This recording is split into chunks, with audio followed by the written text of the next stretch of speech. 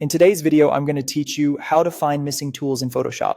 If a tool you rely on has vanished, don't panic. Photoshop often tucks tools away rather than removing them, and you can bring them back in just a few clicks. First, check the toolbar overflow, which is the most common culprit. Look to the very bottom of the toolbar on the left side of your screen. You'll see an icon with 3 dots. Click that, and an extra tools menu will pop up. Browse through this list to see if your missing tool is hiding there. When you find it, click and drag the tool from that menu back onto the toolbar. A highlight line will show you where it will land. Drop it in the spot that makes the most sense for your workflow. This quick move restores the tool to your main toolbar, so it's easy to access next time. If you prefer a tidy toolbar, you can also nest related tools by dropping one onto another. They'll live under the same icon and appear when you press and hold. If it's still not showing, reset the toolbar to its factory layout.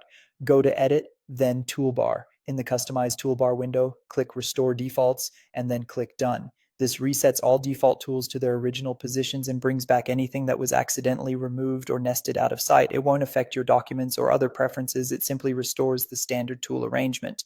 This is a reliable fix if your tool layout has been heavily customized over time. Another helpful fix is to check your workspace settings, since tools can seem to disappear when the workspace changes. Go to Window, then Workspace, choose Essentials Default, and click Reset Essentials. This reloads the default panels and tool layout, which is especially useful if you've switched to a specialized workspace that hides certain tools to reduce clutter. Resetting Essentials won't delete a custom workspace you've created, it just brings back the default so you can confirm whether the issue is layout related. Lastly, make sure Advanced Tools are enabled. Some tools are hidden by default. Head to Edit, then Preferences and Open Tools. Enable Show Extra Tools. If you see that option, then click OK.